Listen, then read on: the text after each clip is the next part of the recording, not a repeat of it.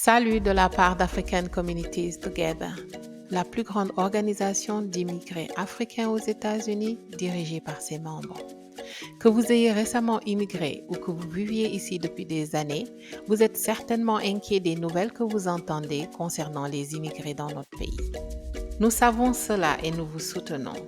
Cette courte vidéo vous aidera à comprendre vos droits en tant qu'immigré afin de vous protéger dans toutes les situations. Connaître vos droits vous aidera à mener votre vie quotidienne en toute confiance et sécurité. Voici des informations importantes pour vous garder en sécurité dans toute situation parce que chaque personne, indépendamment de son statut d'immigration, a des droits fondamentaux. Votre premier droit est le droit de garder le silence. Cela signifie que vous n'êtes pas obligé de répondre à quelque question que ce soit concernant votre nationalité ou votre statut d'immigration. Point final. Tout ce que vous dites peut être utilisé contre vous. Il est donc préférable de ne rien dire. Dites simplement et calmement « J'exerce mon droit de garder le silence ».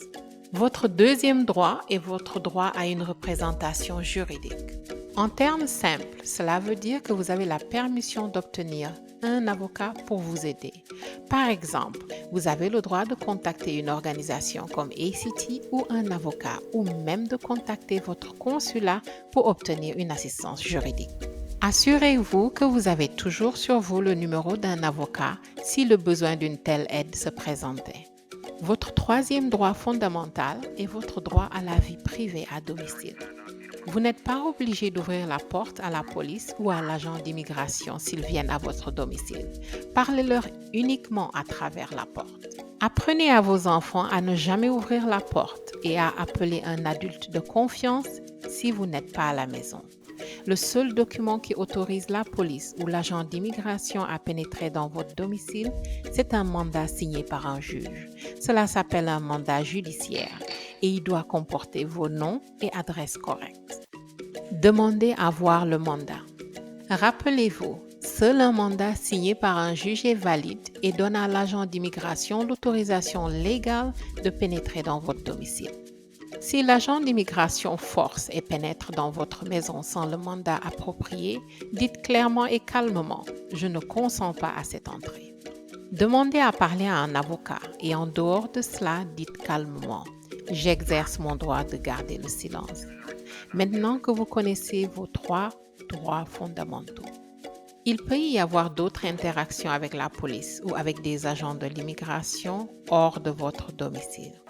Voici comment vous devez gérer ces situations. La préparation est la meilleure façon de vous protéger. Soyez prêt à faire valoir vos droits dans les situations spécifiques.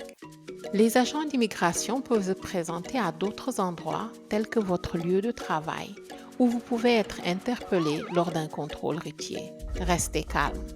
Connaître vos droits peut faire toute la différence. Si vous avez été arrêté, demandez « Est-ce que je peux partir ?» S'ils disent oui, retirez-vous calmement. S'ils disent non, en toute confiance, dites « J'exerce mon droit de garder le silence » et demandez à parler à un avocat.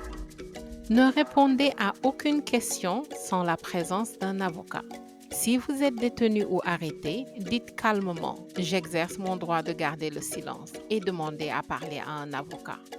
Voici quelques astuces importantes que vous pouvez appliquer dès aujourd'hui pour vous préparer à l'éventualité qu'un agent de l'immigration vous arrête ou vous détienne.